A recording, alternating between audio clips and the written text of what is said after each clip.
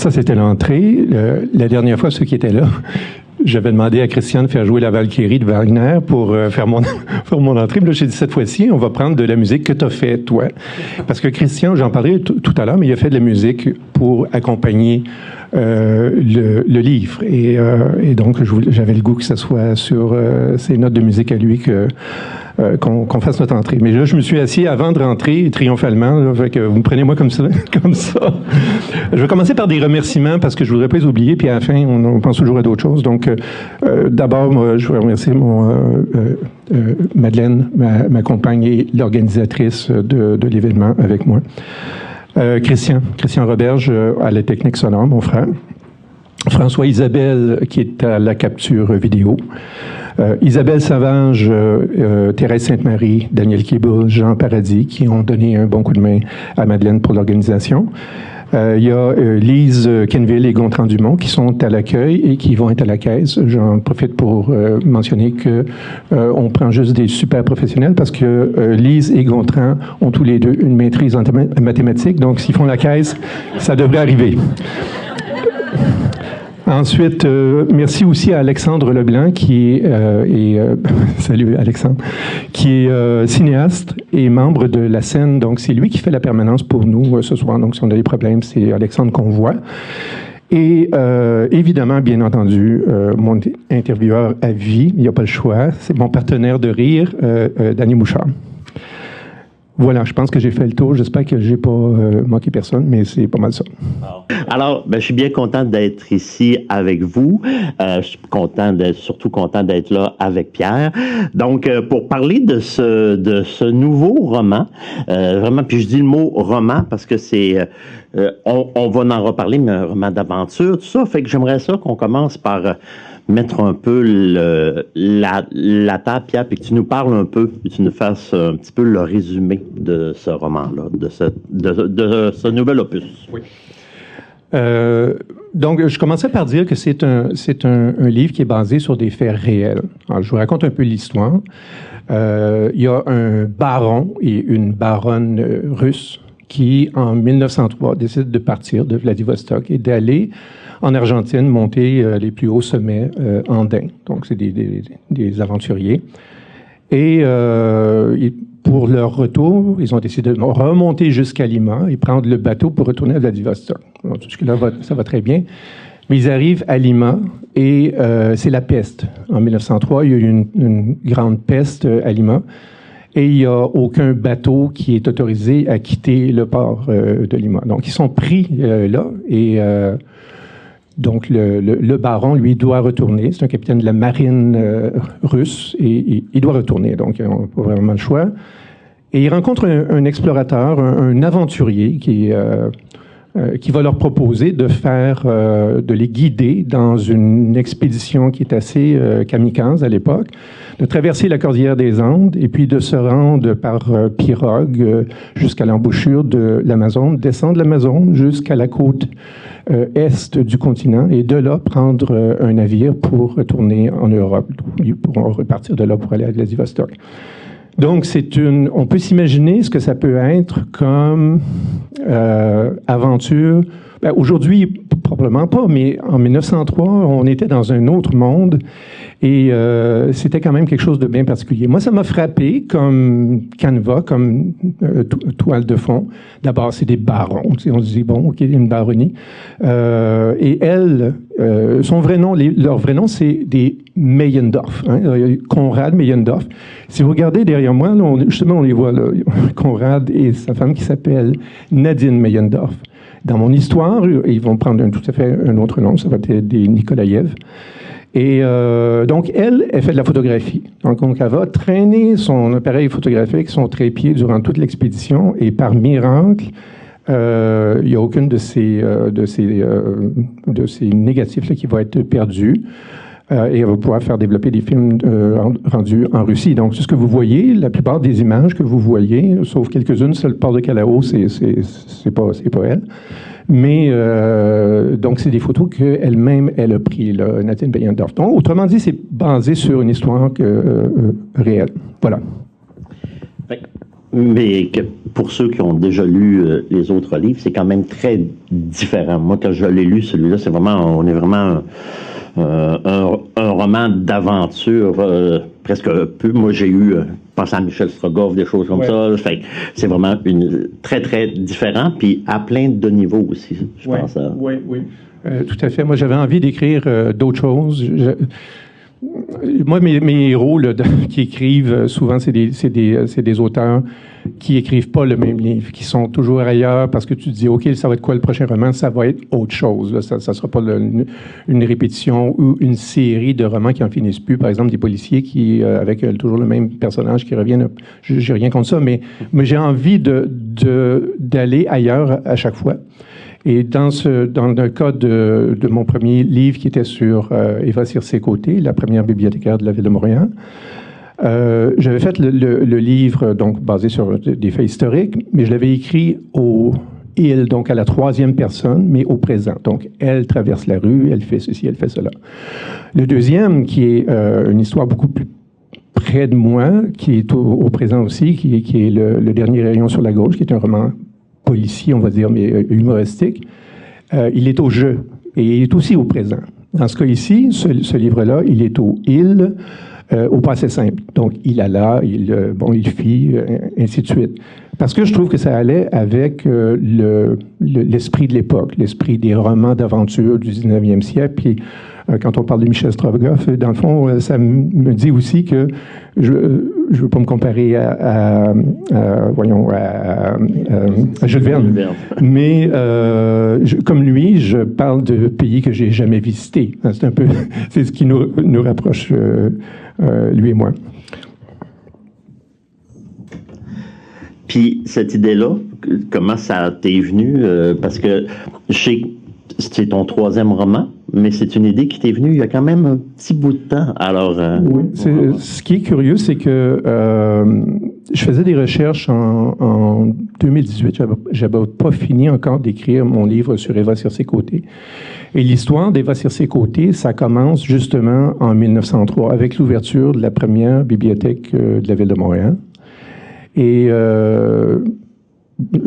j'ai été victime de ce qu'on appelle en anglais serendipity, donc le fait de trouver quelque chose qu'on ne cherchait pas.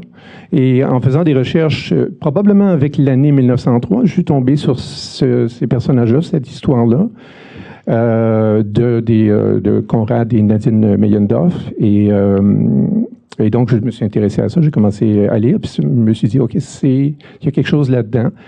Et donc, j'ai cherché la documentation, et c'est quand même assez documenté comme histoire, ce qui est un peu effrayant aussi, parce qu'on ne veut pas, en lisant une histoire, en lisant de la documentation, refaire la même chose qui a déjà été fait. Et j'avais un peu peur de ça. Et j'avais quand même fait venir du musée ethnographique de Genève. Ils ont fait un catalogue d'expositions, une exposition qu'ils ont fait sur l'expédition des Meyendorff en Amazonie. Donc, ça s'appelle l'Amazonie d'une baronne russe.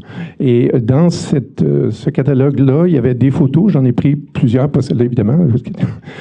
Ça, ici, je voulais juste, avec les méandres qu'on voit là, de l'Amazone, je voulais simplement exprimer le fait que, oui, le titre de mon livre s'appelle Méandres, mais c'est relié aux méandres de l'Amazone. D'autres méandres aussi, mais ceux du cœur, entre autres. Qu'est-ce que je disais? Donc, je disais que, oui, j'avais fait venir le catalogue et la baronne a tenu un journal de bord durant toute l'expédition. Et je l'ai gardé aussi un peu à distance pour pas trop être contaminé par la lecture des faits que je trouverais dans ce journal-là. Ils ont même aussi publié un ouvrage qui s'appelle, je pense, Le pays du soleil levant. Je ne me rappelle plus là. Non, pas le soleil levant. Sûrement pas. Le pays du soleil, ou quelque chose comme ça. L'Empire du soleil. Et donc, vous trouverez ça dans la bibliographie à la fin de mon roman. Mais c'était vraiment une inspiration très, très lointaine. J'avais envie de faire quelque chose, mais de partir de cette trame narrative-là, donc que je viens d'expliquer, mais de faire mes personnages à moi, puis de les faire vivre à ma façon. Puis ça ressemble un peu, cette façon-là, avec le premier roman, parce que Eva, c'était ça aussi. C'est des personnages qui ont existé. C'était une histoire d'amour qui s'est réellement passée.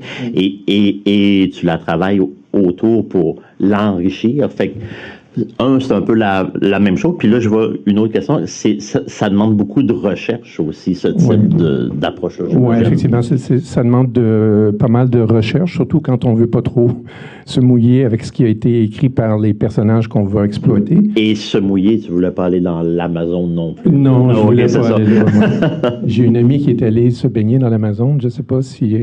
oui, Daniel. Ouais. C'est dans l'Amazon, Non. Non, je sais, bravo. Elle a plongé dans l'Amazon parce qu'elle avait chaud, puis elle était malade. Oubliez ça. Donc, oui, effectivement, c'est ça. J'ai fait pas mal de recherches pour ça. Et ce que j'ai aussi eu le goût de faire, c'est que il y a toute une partie de l'histoire de l'Amazonie qui concerne l'exploitation du caoutchouc par les barons du caoutchouc qui exploitaient des populations autochtones. Et donc, c'est sûr que les Meyendorff, eux, n'ont pas rencontré les barons du caoutchouc, mais je me suis dit, OK, on va faire ça. Ils vont, dans leur passage, ils vont rencontrer des gens qui sont vraiment des exploiteurs de la pire espèce. Et ça va enrichir l'histoire un peu. Donc, je me suis permis d'aller aussi dans ce sens-là.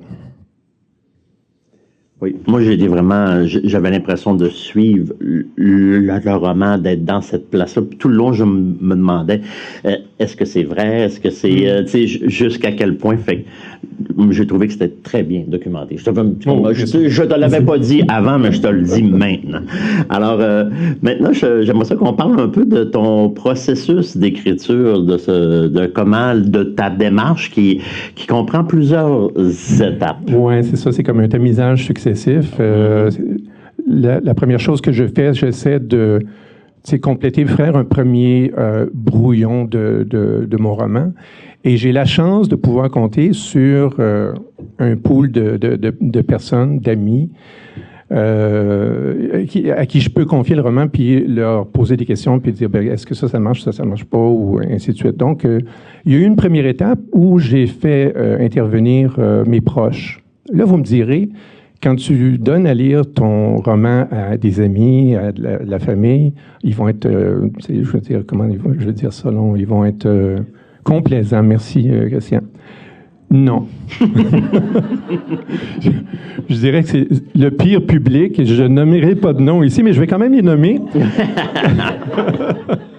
Parce que mes amis qui le sont encore, mais quand même, qui ont contribué à la première lecture, il y a Linda Gadouri, Serge Boisvert, René-Claude Lafontaine, Christian Roberge, mon frère, Lynn Bourbonnet, Chloé No, Daniel Salois et Luc Jodoin. Donc, et ça m'a donné un bon coup de main parce que c'est sûr que c'est vrai qu'ils sont sans complaisance, mais il y a une façon de dire les choses qui est toujours correcte.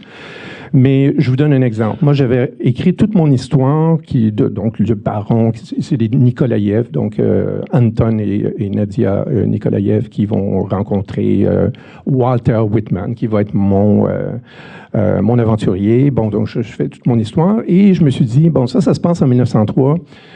Aujourd'hui, le même voyage ne serait pas possible parce que la nature, d'une part, a été vraiment saccagée, beaucoup. Je vous donne un exemple. Il passe par un endroit qui s'appelle la Oroya. Et la Oroya, aujourd'hui, on dit que c'est le deuxième endroit le plus pollué au monde parce qu'il y a une mine qui est en opération depuis, je pense, 1936. Et sans interruption, il y a des montagnes de déchets de miniers qui sont là. Et je pense que c'est dans le Guardian, il n'y a pas si longtemps, j'avais vu une photo d'un enfant qui se promenait avec un masque, un full face, on va dire, pour éviter de respirer l'air toxique de cet endroit-là. Donc, alors, pour moi, il y avait une différence énorme. C'est comme si je me disais, on ne peut plus aujourd'hui imaginer une aventure comme on le faisait dans le temps de Jules Verne, dans le temps où la nature est encore beaucoup plus sauvage qu'aujourd'hui. Et j'avais envie de faire un peu un contrepoint à mon histoire en mettant des personnages d'aujourd'hui. Donc, un peu, mon idée, c'était d'avoir l'arrière-petit-fils de Anton et Nadia, qui trouverait dans une malle, quelque part, le journal de son arrière-arrière-grand-mère et qui se dit, tiens, je vais essayer d'aujourd'hui de refaire le même voyage que mes arrière-arrière-grands-parents. Et, bon, mes amis ont été pas mal unanimes à dire que, bon, qu'est-ce que ça fait là, cette partie-là? On passe par-dessus, on a hâte de continuer. C'est comme si c'était embêtant, là. Fait que j'ai mis ça de côté, puis ça fait mal. Tu as 30, 40 pages, tu te dis, OK, j'enlève ça, je l'ai plus. Et puis, j'avais aussi une autre idée qui était de mettre des têtes de chapitre. Ceux qui sont de mon époque savent que dans les livres de Jules Verne, par exemple, comme dans Michel Strogoff ou dans d'autres livres de Jules Verne, tu avais toujours des têtes de chapitre où il y avait 3 ou 4 mots, puis ça disait le capitaine a une mauvaise surprise. Ensuite, ainsi de suite, comme ça. Puis ça faisait une espèce de résumé du chapitre qu'on était pour lire. Là, j'ai mis ça, puis il y en a qui m'ont dit, bon, c'est-tu plate, ça? Qu'est-ce que c'est ça, cette affaire-là? On lit ça, puis au début, je lisais, puis après ça, je les ai mis de côté, j'ai arrêté de les lire. Fait que, encore là, j'ai enlevé ça. Et ainsi de suite, par tamisage successif, il a fini par m'en rester un peu moins. Et j'ai fait aussi, il y a 2 autres choses que j'ai fait. J'ai fait appel à un service moi, je fais partie d'une association d'auteurs dans les Laurentides, ça s'appelle l'Association des auteurs et autrices des Laurentides. Et on offre un service de bêta-lecture, donc à double aveugle, c'est-à-dire que l'auteur ne sait pas qui vont être ses bêta-lecteurs ou ses bêta-lectrices.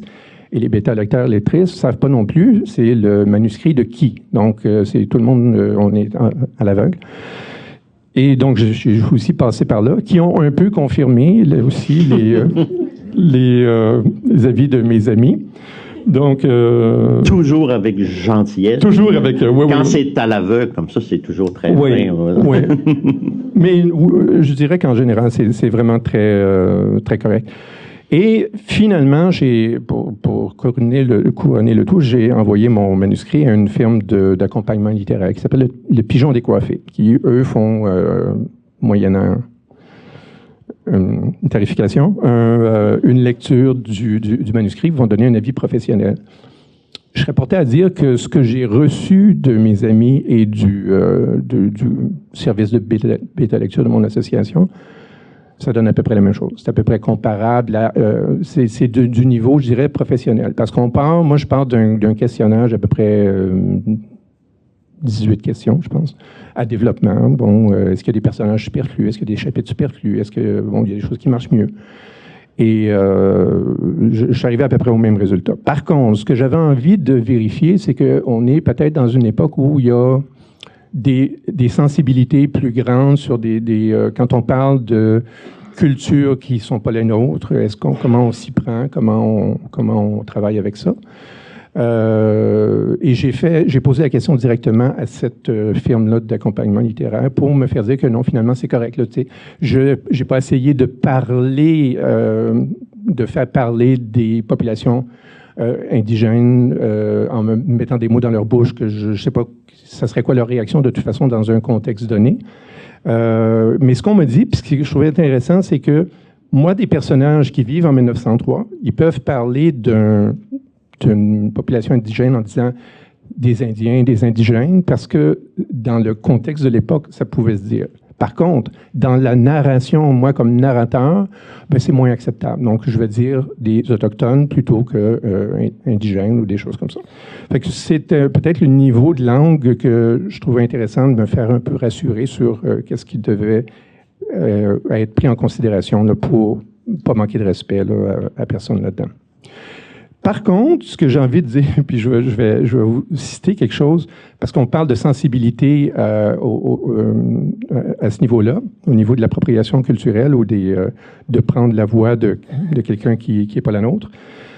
Alessandro Barrico, que peut-être sans doute plusieurs d'entre vous connaissez, a publié un roman récemment qui s'appelle Abel. Et au début de son roman, c'est un western. Okay? Il parle des cowboys, il parle des Indiens, puis il ne connaît rien là-dedans, c'est un Italien. Et il dit « L'Ouest des westerns est un lieu en grande partie imaginaire. L'Ouest de ce livre l'est plus encore. Même là où dans ces pages apparaissent des noms et des terres ayant effectivement existé, des faits réellement advenus, Il s'agit toujours d'un monde inventé qui est intégralement le fruit de mon imagination. Si, en élaborant un pareil non-lieu, il m'est arrivé de troubler la sensibilité de quelques lecteurs ou de communautés entières, j'en suis désolé. Mais pas plus que ça, à vrai dire, car l'absolue liberté est le privilège, la condition et le destin de toute écriture littéraire. Et je trouve ça fabuleux, parce que je trouve que on a le droit d'écrire aussi. Il faut qu'on ait le droit de parler de choses qui sont peut-être un peu loin de nous, mais si on parle que de nous, on va être cantonné dans l'autofiction, puis ça mène nulle part. Voilà. Oui. Tu voulais nous... Que dire de plus? Alors, peut-être, tu voulais nous parler un peu aussi, dans ton livre, tu abordes la question, j'en ai parlé au début, mais de l'intelligence artificielle. Est-ce que tu voulais dire quelques mots? Oui, je voulais juste dire par rapport à ça que dans le livre, il y a une page d'avertissement, il y a comme 3 avertissements. Il y en a un sur le livre contient des scènes de violence. Bon, OK. L'autre... j'ai dit que ce livre, aucune phrase de ce livre n'a été écrite écrite ou reformulée à l'aide de l'intelligence artificielle. Pour moi, ça semblait important de dire ça. Puis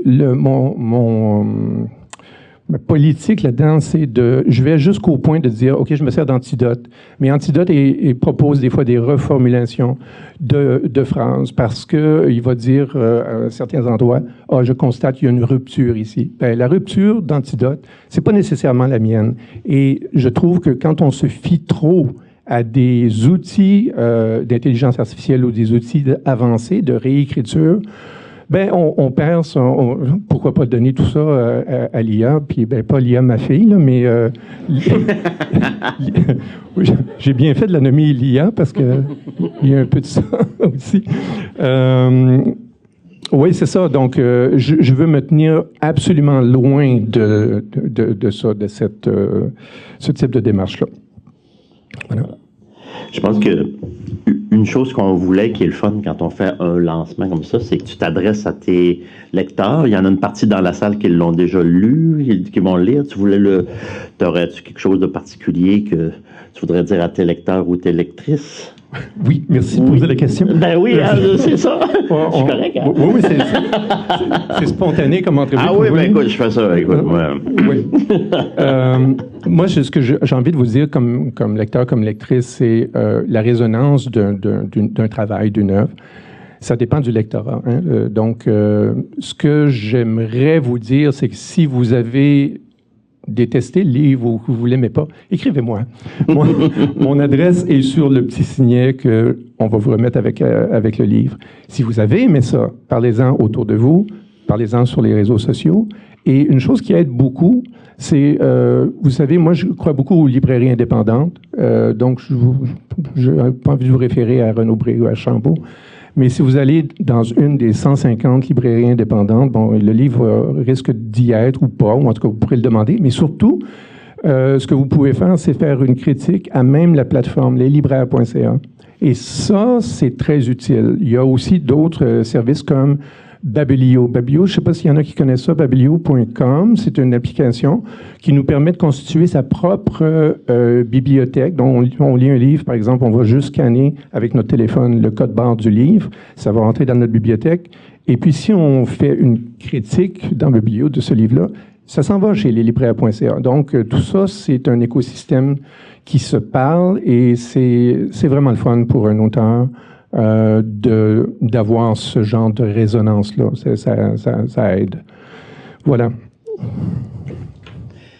Le livre est disponible dans les librairies indépendantes, format papier, mais aussi en format numérique maintenant, je crois. Oui, absolument. Et là, vous êtes chanceux ce soir parce que il y a eu toutes sortes de problèmes avec la chaîne, je dirais, de distribution même des métadonnées là, du livre. Il a fallu que je parle à plusieurs reprises aux gens de ma maison d'édition pour dire, bien là, le livre n'est pas décrit de la bonne façon sur le site leslibraires.ca, encore une fois. Et donc, les exemplaires ne sont pas disponibles encore C'est marqué sur commande de 10 à 12 jours, mais ça va arriver là, dans les librairies, mais ça ne l'est pas. Donc, vous êtes chanceuse ici, parce que j'en ai quelques-uns pour vous, si vous êtes intéressé après la rencontre. Oui. Puis, en plus de ces deux formats-là, tu as un nouveau projet. C'est un gros projet pour ce livre-là. Tu peux-tu nous en parler un petit peu? Un projet de livre audio. Parce que je sais que tu aimes ça en écouter, puis là, tu as aimé ça en faire un. Oui. Ben, je me suis aperçu, puis mon voisin adoré ici, Pierre Hamel, qui habite juste en face de chez nous, me disait, c'est un grand lecteur, mais il est comme moi, il est occupé avec tes rénovations, puis il dit, j'ai pas le temps de m'asseoir puis de lire un livre, puis il est comme moi, quand il prend son livre, il s'endort dessus. Donc, ce qu'il me disait, c'est que, comme beaucoup de monde, il y en a de plus en plus qui vont écouter des romans audio, parce que c'est une question d'habitude. Hein? Des fois, ça peut être un peu difficile de commencer, mais quand on a commencé à écouter un roman audio, on trouve ça intéressant parce qu'on peut faire plein d'affaires. Moi, je passe la balayeuse où je lave ce que j'appelle les toilettes, tout ça, là, en écoutant des livres audio. Fait que c'est comme si ça nous donnait la chance, dans des moments plus ennuyeux de la vie, justement, de s'évader. Puis Donc, je me suis dit, OK, il y a une partie du lectorat qu'on ne rejoint pas si on ne fait pas de livre audio. J'en parle avec mon éditeur. Il me dit, nous, on ne fait pas ça. On pense peut-être en faire, mais on n'en fait pas pour le moment. Fait que je dis, OK, si j'en fais un, moi, est-ce que vous allez le distribuer? Pas de problème, on s'en occupe parce que ça va rentrer dans le même canal de distribution que tout le reste. Donc, j'ai décidé de partir avec cette idée-là et de faire un roman audio, donc de découper le roman en petits chapitres. De toute façon, ce n'était pas des chapitres qui étaient très longs. Et d'engager une voix. Et je vais dire tout de suite, là, parce que, dans le fond, la voix, elle est ici ce soir. C'est la deuxième surprise dont parlait Madeleine. J'ai Mario Chabot, qui est ici. Tu veux te lever juste une seconde, Mario? Oui, mais tu vas te relever tout à l'heure. Oui, Mario qui était la voix que j'ai engagée pour faire la narration de ce livre-là. Et Cynthia Lisa Dubé, qui est sa conjointe et qui a travaillé avec nous. Donc, on était 4 sur ce projet-là. Mon frère Christian, qui a fait la musique, l'entrée que vous avez entendue, d'un peu, qui remplaçait Wagner, c'est Christian qui l'a composé. Et donc, il a fait de la musique. Moi, je voulais avoir des petites amorces musicales pour des fois, pas tous les chapitres, mais des fois, il y a ça dans un livre audio, un petit amorce musicale.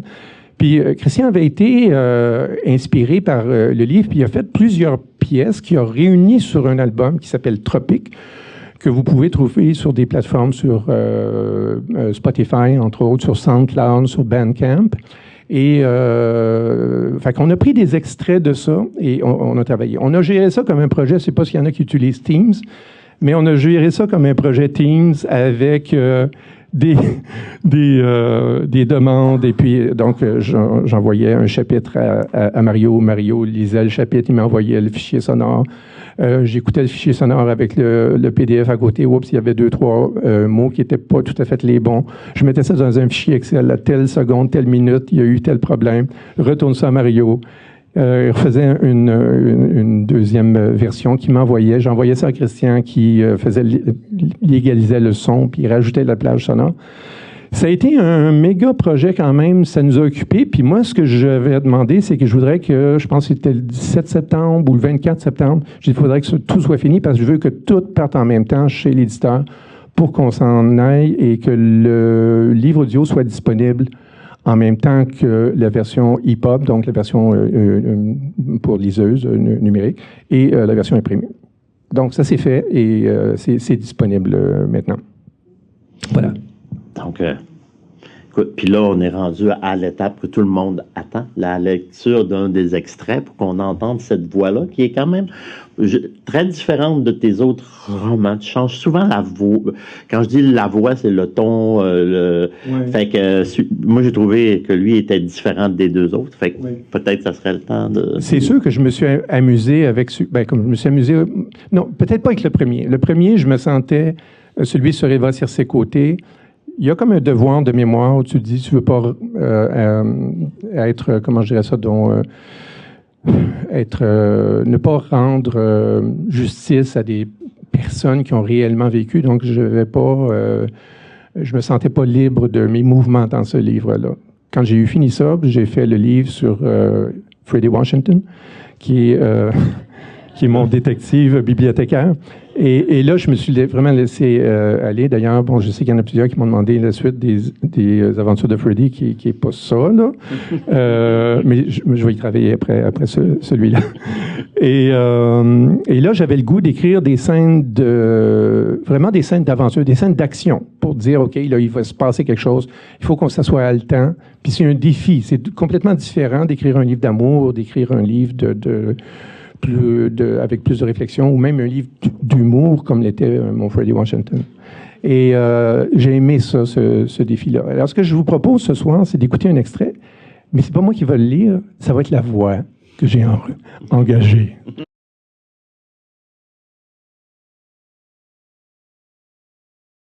Des commentaires? Oui? Oui. Madame Couture-Roberge? Oui. Monsieur Roberge, j'ai une question pour vous. Dans les faits réels, est-ce qu'on sait quand est-ce que la quarantaine a été levée? Je me suis pas documenté là-dessus, mais je sais pas. Elle a probablement. Ça a valu la peine. Ben, eux, ça leur a pris quand même plusieurs mois à faire la traversée. Donc, c'est possible que la quarantaine ait été levée et qu'il serait peut-être arrivé plus tôt à Vladivostok s'ils avaient attendu sur place. Oui, tu as peut-être raison. Mais je pense qu'il y avait aussi, parce que c'est des gens qui aimaient beaucoup l'aventure, hein, ils ont vu là peut-être une occasion de faire une partie de voyage qu'ils n'auraient pas fait autrement. Et avec le prétexte de dire, ah ben non, on n'a pas le choix, il faut partir. Et voilà, donc c'est ça. Merci pour votre question, madame. Gênez-vous pas de... Pierre. Qu'est-ce qui a été le plus difficile dans la recherche? Qu'est-ce qui t'a donné le plus de... Pas de fil à retordre, mais tu es obligé de comprendre, puis de réétudier, puis de revoir. Oui, c'est peut-être... Ben, il y a beaucoup de choses que tu te dis, ben, tu ne veux pas dire des choses qui sont des faussetés. Donc, je me suis renseigné sur les différentes tribus amazoniennes. Il y en a plusieurs, il y en a beaucoup. Ils ont tous des particularités, des façons de vivre qui sont différentes. Tu sais, je ne sais pas si tu es rendu là, mais dans le livre, à un moment donné, eux, ils engagent, les trois aventuriers, ils engagent des pagayeurs de la tribu des Shipiboss. Et les Shipiboss, eux, ils ont une façon très particulière de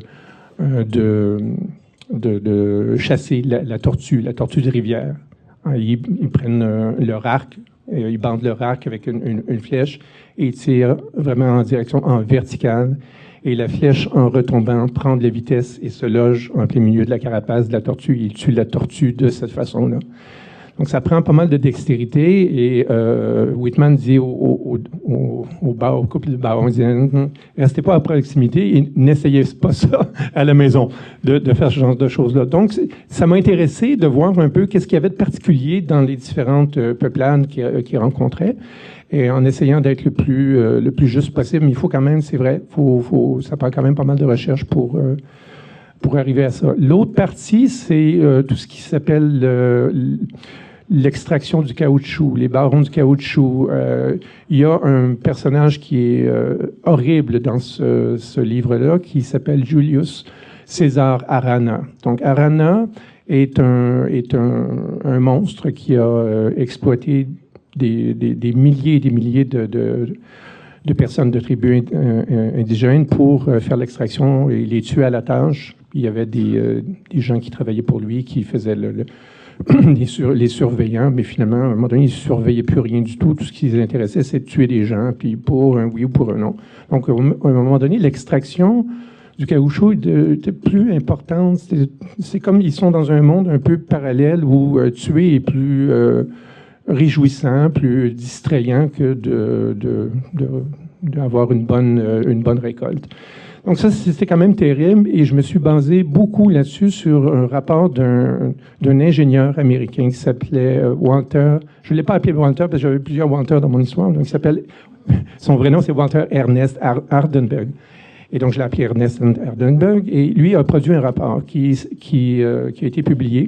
Et son but, ce gars-là était allé en Amazonie faire des relevés, puis ce qu'il voulait proposer aux compagnies d'extraction de caoutchouc, c'est la création d'une ligne ferroviaire pour amener plus rapidement le latex vers Iquitos ou vers l'Amazon pour l'amener à l'extérieur. Et il a été comme prisonnier par les surintendants qui opéraient les sites d'extraction et il a été comme esclave, on va dire, pendant peut-être à peu près 2 mois. Et à un moment donné, quelqu'un s'est aperçu que, bon, c'est un Américain, et ils l'ont ramené avec eux, mais lui, il a vu tout ce qui s'était passé. Et il a fait un rapport qui est dévastateur, qui a été publié sous le titre « The Devil's Paradise », donc le paradis du diable, et c'est vraiment... Ça me fait penser comment il s'appelle, le commandant qui avait dit « J'ai serré la main du diable », mais c'est un peu ça, là. Arana, c'était un fou furieux. Et donc, il a publié ce rapport-là. Son but, c'était d'empêcher Arana de s'inscrire à la Bourse de Londres. Donc, j'ai utilisé ce bout-là d'histoire en me documentant pour faire en sorte que mes personnages rencontrent Arana, et puis, donc, il se passe des choses. T'es pas rendu là, toi, là? C'est ça? OK. Oups. Et voilà, donc, tout ça, cette partie-là de documentation, je trouvais ça quand même... mais peut-être moins difficile à faire, finalement, que la documentation pour Eva sur ses côtés. Parce que là, tu n'as pas le droit à l'erreur. C'est des vraies personnes qui ont vraiment existé. Pour que je me sois trompé pour Arana, on s'en fout un peu, là. Il ne viendra pas me... Il y a beaucoup de détails sur la flore, oui. le monde aussi. Oui. L'aspect historique, c'est tout. Oui. Les lieux sont décrits. Oui, effectivement. Ça aussi, il a fallu que je me documente quand même pas mal fort pour être certain que les plantes ou les essences d'arbres dont je parlais, ben, est-ce qu'ils croissent dans cette région-là? Là? Si ça vit en Thaïlande, puis qu'il n'y en a pas en Amazonie, c'est pas correct. Là. Donc, modérément confiant que c'est correct. Oui. Merci. Oui? Bonsoir. Est-ce que ça vous donne pas envie d'aller la prestation centrale? Oui. Oui, c'est ça, merci, merci. Madame vient du Pérou et vient de Lima, OK? Et puis, bon, Lima est quand même une ville importante dans mon histoire. Et il y a même, est-ce que c'est votre mari qui s'appelle Herrera? Il vient de la ville que vous savez bien. De Iquitos, votre... OK. Mais... Bonjour. Et monsieur s'appelle Herrera, c'est ça? Oui, c'est ça. Et dans mon histoire, on ne s'est pas parlé avant, là, mais dans mon histoire, il y a un capitaine de navire qui s'appelle Augusto Herrera. Et donc, c'est ça, on en parlait, on trouvait ça quand même assez curieux comme coïncidence. Voilà. Puis tu veux pas faire le voyage? Ah oui, est-ce que je veux faire le voyage? Je ne sais pas si je le ferai peut-être pas aujourd'hui, ce voyage-là. Moi, je me sens un peu comme Jules Verne, c'est-à-dire de parler de pays que j'ai jamais visités. Et ça me convient. Ouais. Fait que l'Amazon en pirogue, non. Là, peut-être pas, non, Okay. non. D'autant plus que je sais que quand on s'y baigne, c'est dangereux pour la santé. Ouais, oui. Autre question? Sinon, on va peut-être penser de l'autre côté, boire un petit verre. Est-ce qu'il y a d'autres interventions? Oui, vas-y, Lise. Ouais, si je compare, mettons, ça m'a pris à peu près 6 ans pour écrire le livre sur Eva sur ses côtés. Celui-là, j'ai commencé en 2018, puis donc là, il vient d'être publié, mais j'avais à peu près 4 ou 5 pages d'écrites pendant quelques années. Okay? Donc, je l'ai recommencé juste l'hiver dernier. Et puis là, après ça, ça a déboulé. Mais, si je fais la comparaison avec mon histoire sur le bibliothécaire détective, le dernier rayon sur la gauche, lui, j'ai écrit en 6 mois. Pourquoi 6 mois? Parce que c'était proche de moi. J'ai pas de recherche à faire. Toutes les aventures qui y arrivent, soit ils me sont arrivées ou sont très plausibles. Donc, je me sens très, très à l'aise pour parler des bibliothèques où j'ai travaillé pendant 30 ans, mettons. D'ailleurs, sur le livre, au dos de ce livre-là, c'est marqué « Pierre Roberge a travaillé pendant plus de 30 ans ». Fait que là, j'ai écrit à la personne qui était en charge, je dis, après ça, je me suis dit, non, c'est correct. Plus de 30 ans, ça inclut 40 ans. OK, c'est pas obligé de dire ça. Fait que c'est correct, c'est pas faux. Bon, ben.